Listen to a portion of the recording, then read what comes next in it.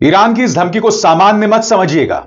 और यह धमकी अमेरिका को कम और अमेरिका के सहयोगियों को ज्यादा है। जी हां, मध्य पूर्व में अमेरिका के तमाम सहयोगियों को एक तरह से धमकी दी गई है, क्योंकि ईरान के राष्ट्रपति मसूद पेजेश्कियान ने यह बात प्रिंस सलमान, जो कि सऊदी अरब के प्रिंस है, उनसे बातचीत में बात कही है। उन्होंने कहा कि अगर अमेरिका ने हमला किया तो यह पूरा इलाका जल उठेगा। इस कदर रीजनल इंस्टेबिलिटी आ जाएगी, क्षेत्रीय अस्थायित्व आ जाएगा कि जिसे रोकना नामुमकिन हो जाएगा। और आपको समझना पड़ेगा कि ईरान का यह बयान क्यों अहम है, क्योंकि याद कीजिए, अमेरिकी राष्ट्रपति डोनाल्ड ट्रंप ने हाल ही में बयान दिया था कि यूएसएस एब्राहम लिंकन यानी अमेरिकी जंगी जहाज ईरान की तरफ बढ़ रहा है, मध्य पूर्व की तरफ बढ़ रहा है। उसके बाद यह ईरान का पहला बयान है, वो भी सऊदी शासक प्रिंस सलमान से बातचीत के दौरान।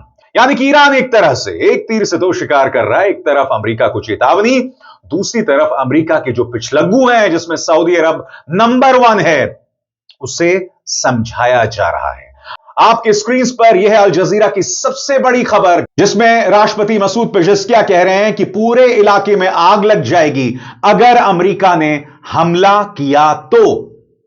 पूरा मामला क्या है, आपकी स्क्रीन पर। मसूद पेजेश्कियान ने अमेरिका की धमकियों के बीच पश्चिम एशिया में अस्थिरता को लेकर चेतावनी दी है। सऊदी अरब के क्राउन प्रिंस मोहम्मद बिन सलमान से फोन पर बातचीत पर उन्होंने कहा कि क्षेत्र में तनाव और अस्थिरता से किसी का भी भला नहीं होता।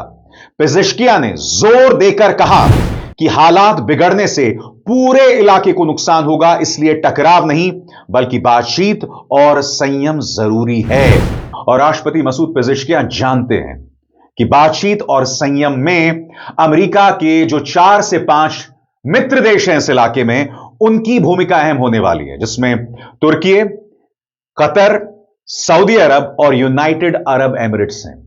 क्योंकि ये जो चारों देश हैं ना दोस्तों, इनका रवैया बहुत ही ढुलमुल रहा है। याद कीजिएगा, गजा में 70,000 लोगों को मार दिया इसराइल ने, मगर इनका खून नहीं खौला। और जाहिर सी बात है, जब राष्ट्रपति मसूद पेजेश्कियान ये बात मोहम्मद बिन सलमान से बातचीत में कहते हैं तो उसके मायने बदल जाते हैं। गौर करें, ईरान के राष्ट्रपति मसूद पेजेश्कियान ने मंगलवार को सऊदी अरब के नेता से फोन पर बातचीत के दौरान अमेरिका की धमकियों पर तीखा हमला बोला। उन्होंने कहा कि ये धमकियां इलाके की सुरक्षा बिगाड़ने के मकसद से दी जा रही हैं और इनका नतीजा सिर्फ अस्थिरता के अलावा और कुछ नहीं होगा।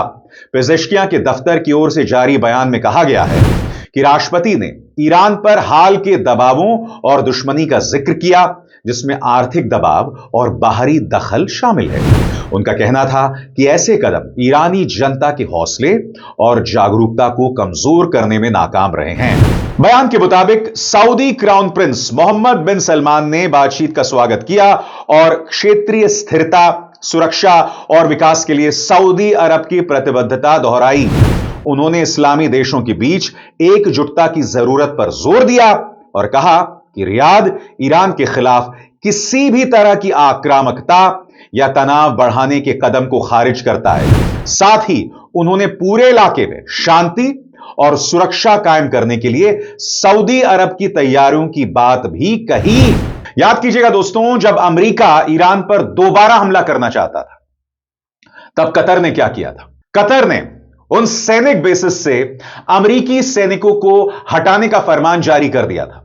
इसके अलावा सऊदी अरब, यूएई, टर्की सबने कहा था कि ईरान पर हमला करना यानी कि क्षेत्रीय तनाव पैदा करना। टर्किश सरकार के नुमाइंदे ने तो इसराइल पर सीधा प्रहार किया था कि इसराइल अपने निजी फायदे के चलते इस पूरे इलाके को जला देना चाहता है। और अब इनकी बोली, इनकी जुबान खुल रही है और ईरान इस बात को महसूस करता है। और इस बातचीत में क्राउन प्रिंस मोहम्मद बिन सलमान ने फिर दोहराया कि हम अपने क्षेत्र को ईरान के खिलाफ इस्तेमाल करने की इजाजत नहीं देंगे।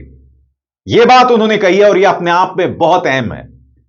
मेरे ख्याल से जो पूरी फोन पर बातचीत हुई है, बातचीत में यकीनन ईरान जो है उन तमाम देशों को चेतावनी दे रहा है, मगर खुद क्राउन प्रिंस कह रहे हैं कि हम अपने जमीन का इस्तेमाल ईरान के खिलाफ नहीं होने देंगे और यह अपने आप में एक अहम संदेश है।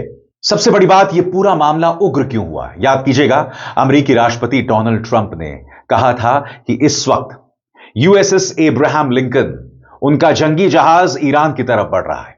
याद है, उनके इस बयान से बवाल पैदा हुआ था। सुनिए ट्रंप ने क्या कहा था। We have a lot of ships going that direction just in case. We have a big flotilla going in that direction, and we'll see what happens. We have a big force going toward Iran. I'd rather not see anything happen, but we're watching them very closely. I stopped 837 hangings on Thursday. They would have been dead. Every one of them would have been hung.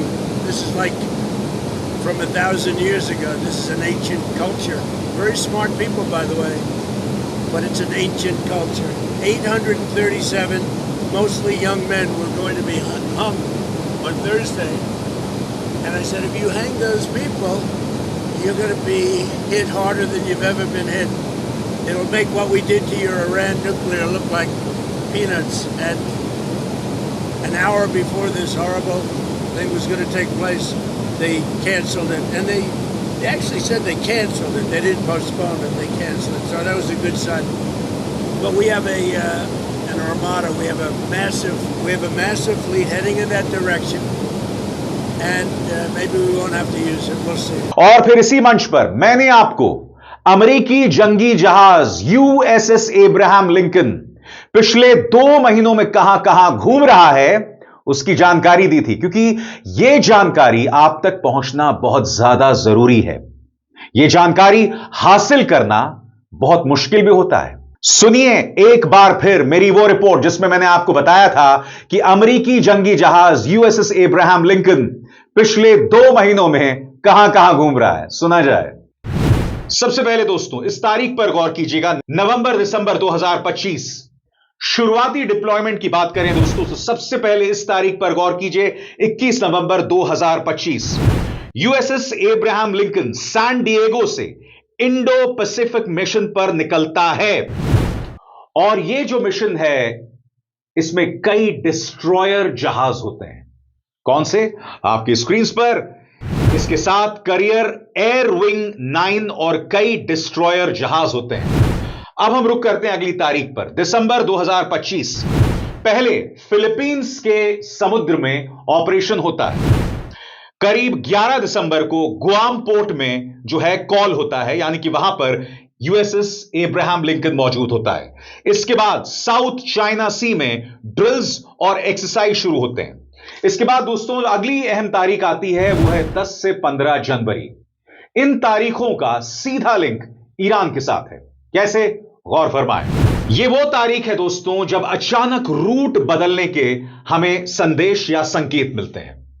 14-15 January defence trackers और naval map से दिखने लगता है कि career अब western Pacific में है, लेकिन साथ ही खबरें आती हैं कि इसे मिडिल ईस्ट की तरफ भेजने पर विचार हो रहा है। वजह ईरान में विरोध प्रदर्शन और बढ़ता तनाव। अब अगली तारीख पर गौर करते हैं दोस्तों, 16 से 19 जनवरी, यानी कि हाल ही की तारीखें। गौर फरमाएं।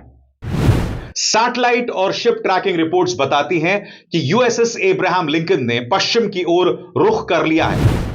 अब इसका संभावित रास्ता क्या है दोस्तों, इस पर भी गौर करें। साउथ चाइना सी से सिंगापुर स्ट्रेट, उसके बाद मलाक्का स्ट्रेट और फिर इंडियन ओशन। और अगली अहम तारीख है 19 से 20 जनवरी। इस बात की पुष्टि हो जाती है कि करियर मलाक्का स्ट्रेट पार कर चुका है, यानी अब वो साफ तौर पर इंडियन ओशन की तरफ बढ़ रहा है। पेंटागन भी मान लेता है कि इसे मिडिल ईस्ट की ओर रीडायरेक्ट किया गया है। और अब अगली तारीख पर गौर कीजिए, 20 से 21 जनवरी, आपकी स्क्रीन पर इंडियन ओशन की ओर बढ़त। रिपोर्ट्स कहती हैं कि मलाक्का स्ट्रेट के बाद करियर अब इंडियन ओशन में है। अनुमान मिडिल ईस्ट / सेंटकॉम एरिया पहुंचने में 3 से 5 दिन लग सकते हैं। मतलब संभावित पहुंच 23 से 25 जनवरी, यानी कि ईरान के करीब 23 से 25 जनवरी के बीच यूएसएस एब्राहम लिंकन या यूएस आर्माडा, उनका जो जंगी जहाज है, वो पहुंच सकता है। गौर फरमाएं।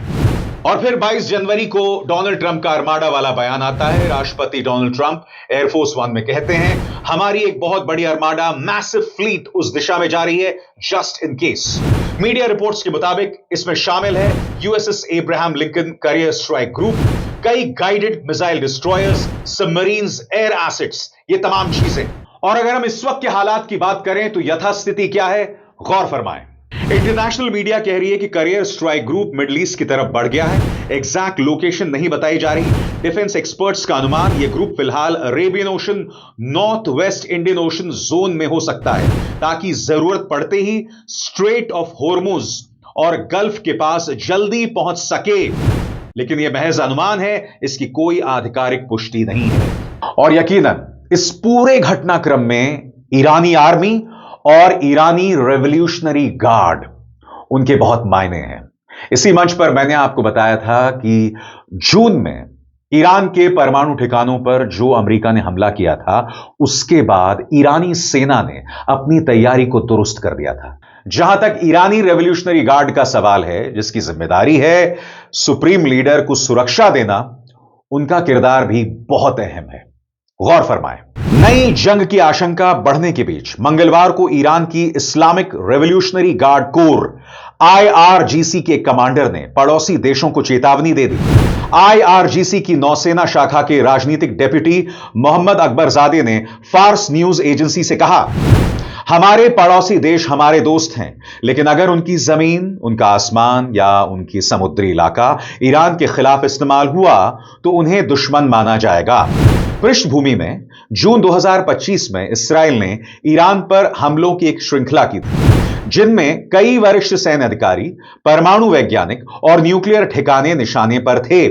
इसके बाद अमेरिका भी उस 12 दिन की जंग में शामिल हुआ और ईरान के 3 परमाणु ठिकानों पर बमबारी की। यह पूरी जंग एक ऐसे वक्त हुई जब अमेरिका और ईरान के बीच तेहरान के परमाणु कार्यक्रम पर बातचीत का एक नया दौर शुरू होने वाला था। मगर बड़ा प्रश्न, क्या अमेरिका और ईरान के बीच तनाव बढ़ेगा या समझौते की कोई गुंजाइश है? ईरान ने स्पष्ट कर दिया है कि देखिए, हम बातचीत करने को तैयार हैं और हमारा यह मानना है कि संयम ही वक्त की जरूरत है, मगर झुकने का तो सवाल ही नहीं पैदा होता। तो आइए दोस्तों, उस सवाल का जवाब देते हैं कि क्या कोई समझौता होगा। गौर फरमाएं मेरे एक एक शब्द पर। सोमवार को एक अमेरिकी अधिकारी ने कहा कि वॉशिंगटन ईरान के लिए बातचीत के लिहाज से ओपन फॉर बिजनेस है। ओपन फॉर बिजनेस का मतलब यानी कि हम बातचीत को तैयार हैं, सारे मुद्दों पर बातचीत करने को तैयार हैं, मगर कुछ शर्तों के साथ। वो शर्तें क्या हैं, उन पर भी गौर फरमाया जाए। जब उनसे ईरान से बातचीत को लेकर पूछा गया तो उन्होंने कहा कि मुझे लगता है कि उन्हें शर्तें पता हैं, वे शर्तों से पूरी तरह वाकिफ हैं। इंटरनेशनल क्राइसिस ग्रुप में ईरान प्रोजेक्ट के डायरेक्टर अली वाइज ने अल जजीरा से कहा कि अमेरिका की मांगों के आगे ईरान के झुकने की संभावना लगभग शून्य है। उनका कहना है कि ईरानी नेतृत्व मानता है कि दबाव में किया गया समझौता दबाव कम नहीं करता बल्कि और बढ़ा देता है।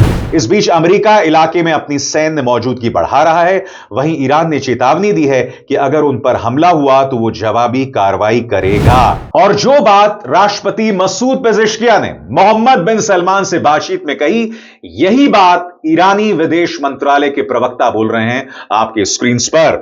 मंगलवार को ईरानी विदेश मंत्रालय के प्रवक्ता इस्माइल बाग़ई ने कहा कि ईरान पर किसी भी हमले के नतीजे पूरे इलाके पर पड़ सकते हैं। उन्होंने कहा कि इलाके के देशों को अच्छी तरह से पता है कि अगर यहां सुरक्षा में दरार पड़ी तो उसका असर सिर्फ ईरान तक सीमित नहीं रहेगा, असुरक्षा फैलती है। अब वापस जाइए, जो बात मैंने कार्यक्रम की शुरुआत में कही थी, यह चेतावनी सिर्फ अमेरिका के लिए नहीं है। यह चेतावनी दी गई है अमेरिका के सबसे बड़े पिछलग्गू सऊदी अरब को। और जाहिर सी बात है, जब यह चेतावनी उनको दी गई है तो यह चेतावनी सही मायने में उनके लिए है। अब इसार शर्मा को दीजिए इजाजत। नमस्कार।